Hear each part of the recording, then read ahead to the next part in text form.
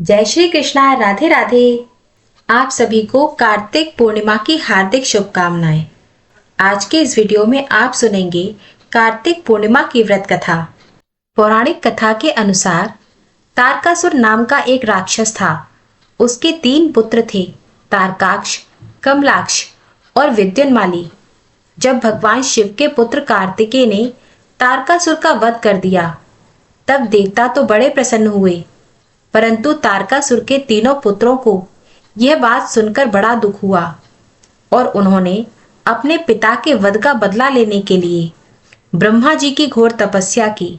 उनकी तपस्या से प्रसन्न होकर ब्रह्मा जी ने उन्हें वरदान मांगने के लिए कहा। तीनों ने ब्रह्मा जी से अपने अमर होने का वरदान मांगा। ब्रह्मा जी ने अमरता के वरदान के अलावा कोई दूसरा वरदान मांगने को कहा। इसके बाद उन तीनों ने कुछ देर तक इस बात पर बहुत विचार किया और फिर ब्रह्मा जी से कहा, आप हम तीनों के लिए अलग अलग नगरों का निर्माण करें, जिसमें हम तीनों बैठकर पूरी पृथ्वी और आकाश में घूम सकें, और 1000 साल बाद जब हम मिलें तो हम तीनों के नगर मिलकर एक हो जाएं, और जो देवता हम तीनों को एक ही बार से नष्ट करने की क्षमता रखता हो, वही हमारी मृत्यु का कारण बने। उन तीनों की नजर में यह एक असंभव कार्य था। ब्रह्मा जी ने तथास्तु कहकर उन्हें यह वरदान दे दिया। ब्रह्मा जी के निर्देश अनुसार मैं दानव ने उन तीनों के लिए 3 नगरों की स्थापना की।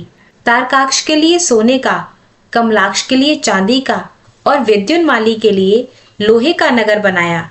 तीनों ने मिलकर तीनों नगरों पर अपना अधिकार जमा लिया।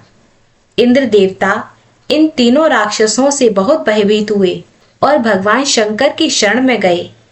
इंद्र की बात सुनकर भगवान शिव ने इन तीनों दानवों का नाश करने के लिए एक दिव्य रथ का निर्माण किया।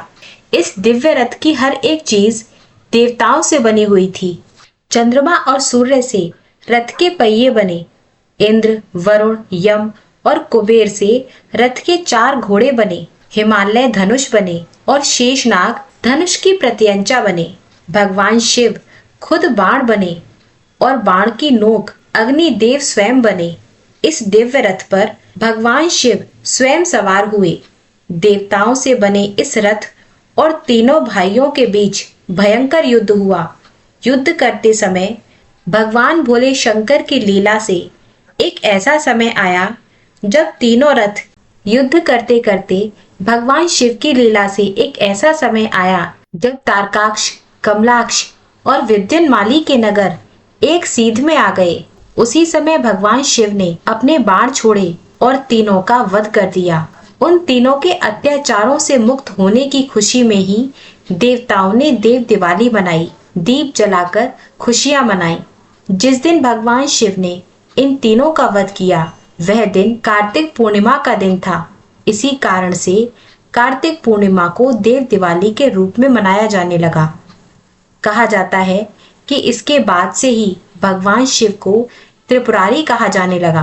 आज अपने सभी कष्टों और बुरी नजर से बचने के लिए भगवान शिव के सामने चौमुखी दिया जरूर जलाएं, और इस दिन सूर्योदय से पहले उठकर गंगा जी या किसी पवित्र नदी में स्नान करना चाहिए, और अगर ऐसा संभव ना हो तो घर पर ही नहाने के पानी में गंगा जल मिलाकर आपको स्नान करना चाहिए, और गरीबों को कुछ ना कुछ अवश्य दान करना चाहिए। ऐसा करने से दान का 1000 गुना फल प्राप्त होता है। इस दिन भगवान विष्णु और माता लक्ष्मी की पूजा की जाती है। कार्तिक पूर्णिमा के दिन भगवान सत्यनारायण की कथा भी जरूर सुननी चाहिए। प्रेम से बोलिए भगवान भोले शंकर की जय, लक्ष्मी नारायण भगवान की जय।